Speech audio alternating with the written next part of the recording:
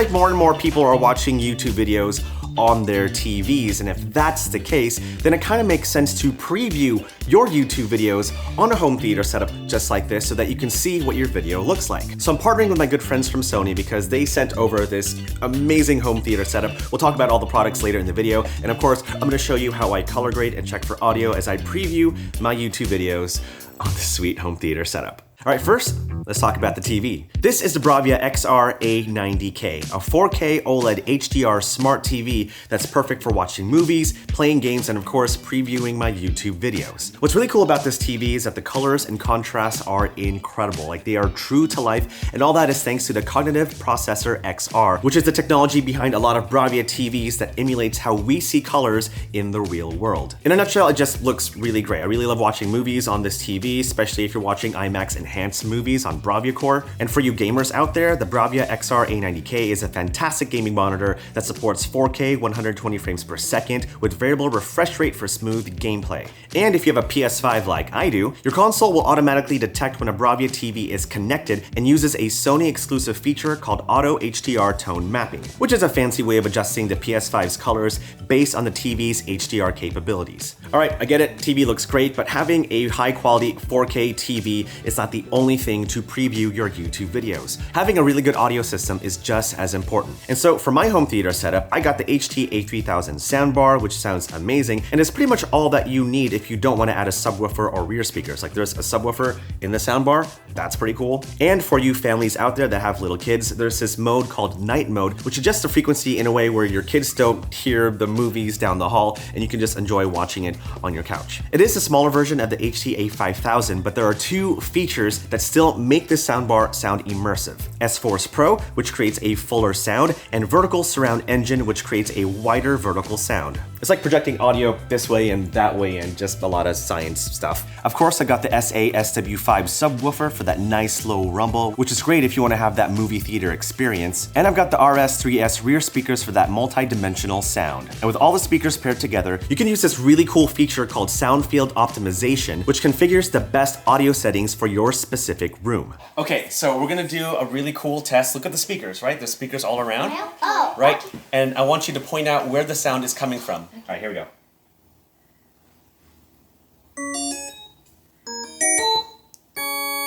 There.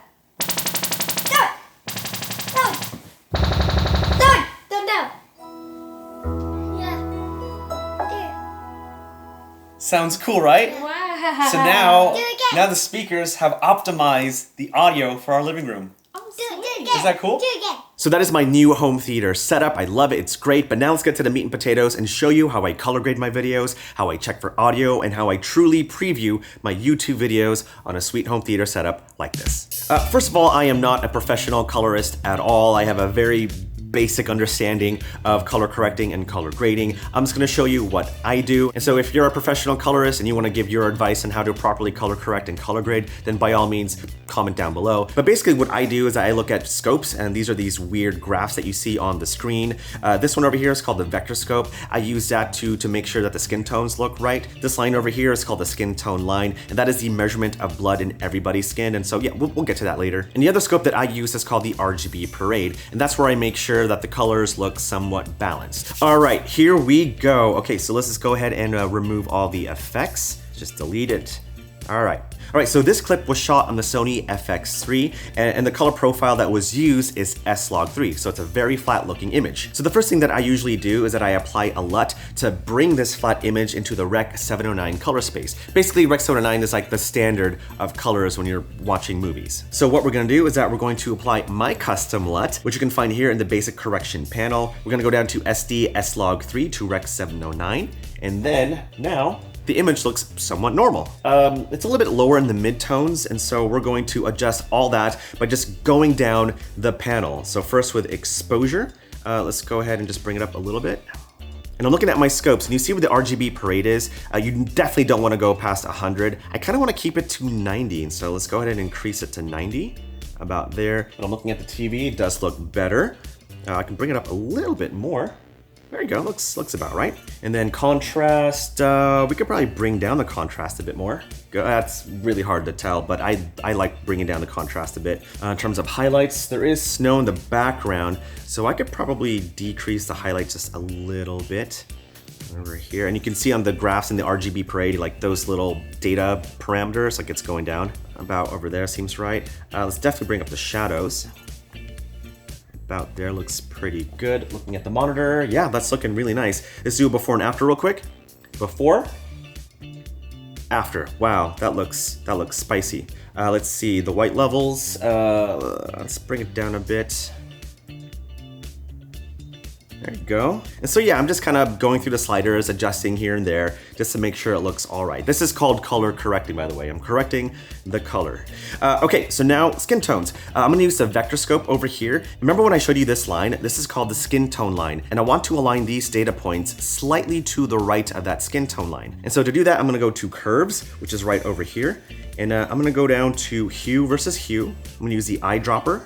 And I'm going to select a section of my skin right there where my temple is, right there. So now it's taking a sample of those colors of my skin, and now back on my laptop you can actually see those data points in the hue versus hue graph. We're just gonna take this middle point and we're just gonna drag it up and down, and we're gonna see where the data moves on the vector scope.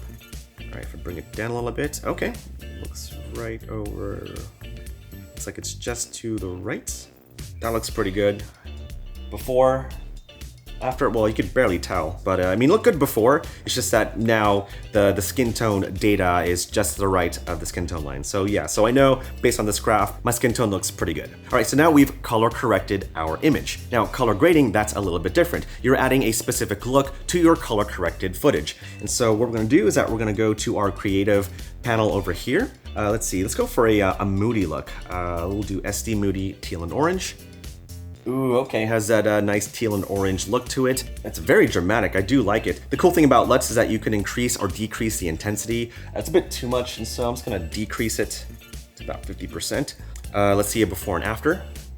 Before, after. Ooh, I like it a lot. And again, I know it's kind of hard to see from the camera, but I'm gonna show you on the screen what it looks like without the creative LUT and with the LUT. Pretty big difference, right? That looks pretty good. And we're gonna do some further adjustments. You can go back to the basic correction panel if you want to, but I like using colors and wheels because, well, I like using it. And so let's go ahead and adjust the midtones. Let's increase it. You can see on the data points in the RGB parade that it could be increased. Looking at the monitor, yeah, looks pretty good. We can bring down the shadows a bit. And that's the cool thing about using a TV like the BRAVIA A90K, because you're actually looking at what the footage looks like on a TV. Like, that is so cool. Like, I know the majority of people are watching YouTube videos on their phones, but because of the growing number of people watching YouTube videos on their TVs, like, it just makes sense to preview your YouTube videos on a TV, right? So here's what it looks like before all that.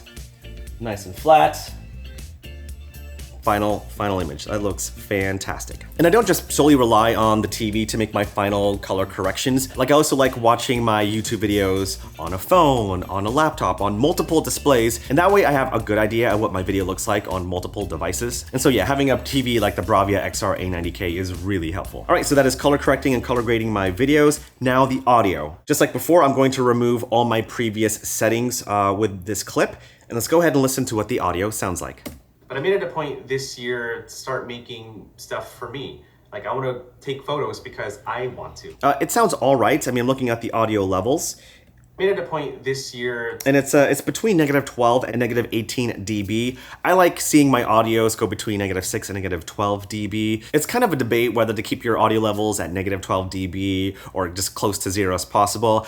I don't know, I'm not a professional. I just want the audio to sound good. And so I feel like keeping it between -6 and -12 dB is just a sweet spot for at least dialogue. And for my dialogue, I usually apply two audio effects, multiband compressor and my EQ. So we're gonna go down to multiband compressor. I'm gonna drag that effect to my audio. And then I'm going to search for EQ. I'm gonna select parametric equalizer, drag that to the audio clip as well. All right, so now that both those effects are in that clip, let's go ahead and go back to multiband compressor. And basically, as I understand it, multiband compressor kind of makes your audio sound a bit fuller depending on the preset that you're using. The one that I like to use is broadcast. Here's what it sounds like before. But I made it a point this year to start making stuff for me. All right, now here's what it sounds like with the multi-band compressor. I made it a point this year to start making stuff for me. Like I want to... Yeah, sounds a lot fuller. Okay, so I like how full it sounds. Let's go ahead and EQ it just to make sure that the audio sounds good overall. Now, again, I am not a professional audio engineer, but a friend told me that a great way to EQ audio is to raise one of these points and just go across the frequencies, and whatever sounds bad, lower that frequency. Kind of makes sense, right? So we're gonna do just that. Also, I wanna make sure this plays back in a loop. So I'm gonna go to my timeline, I'm gonna put my in and out points, and I'm gonna make sure that the looping feature is turned on. And that way, when I'm playing back the audio, it's going back and forth in those in and out points so that I can really concentrate on the EQ. All right, here we go. I'm at a point this year to start making stuff for me. Like I want to take photos because I want to. I want to film things because I want to. But I made it a point this year to start making stuff. Okay, so it sounds bad over here, so I'm gonna just bring that down slightly. For me, like I want to take photos because... And it also sounded bad in this area here. I want to. I want to film things because I want to. But I made it a point this year to start making... Ooh, let's add a high pass filter too. And that way we take away the low rumbles of this audio. Stuff for me. I want to film things because I want to. But I made it a point this year to start making stuff for me. Like I want to take photos because I want to. I want to film. Okay, that sounds pretty good. Now that we've nailed down our dialogue, let's go ahead and add the music, shall we? But I made it a point this year to start making stuff for me. Like okay, so the music is kind of dominating my audio, and so a trick that I like doing with music is that I lower the 1K frequency, and that way when I lower it, that little gap will be filled in with my voice. Let me show you how I do it. It's pretty cool. So I'm going to go to Effects. I'm going to drag the parametric equalizer to the music, and then what I'm going to do, I'm going to go to Edit, and I'm going to bring down this middle data point all the way down over here. All right, here's what it sounds like before. For me, like I want to take photos because I want to. All right, here's what it sounds like after. For me, like I want to take photos because I want to. All right, so it definitely doesn't sound as full, like the music isn't dominating my voice. And I know it's kind of hard to hear because you're hearing it from my microphone, but lowering that 1K frequency for music is a really cool trick just to make sure that your audio and the music aren't competing with each other. And the last thing that I do with music is I just lower the volume. -9, let's try -9. That's a good place to start. And let's play back. Made it a point this year to start making stuff for me. Like I want to take photos because I want to. It sounds really good. And with all the color correcting, color grading, and adjusting the audio, this is what my YouTube video sounds and looks like on my home theater setup. And I just want to encourage all of you to do the same thing. I mean, not necessarily go see Yosemite Firefall, but that sounds cool. That sounds really cool. Well, that's the video that I wanted to make today, how I preview my YouTube videos with my home theater setup. Also, shout out to Sony for sending over these amazing products. If you want to check them out for yourself, links will be down below. And if you have any other questions about color correcting, color grading, how to adjust audios, then let me know in the comments below as well. But thank you so much for watching. Hope you enjoyed the rest of your day, and I'll see you in the next one. Peace.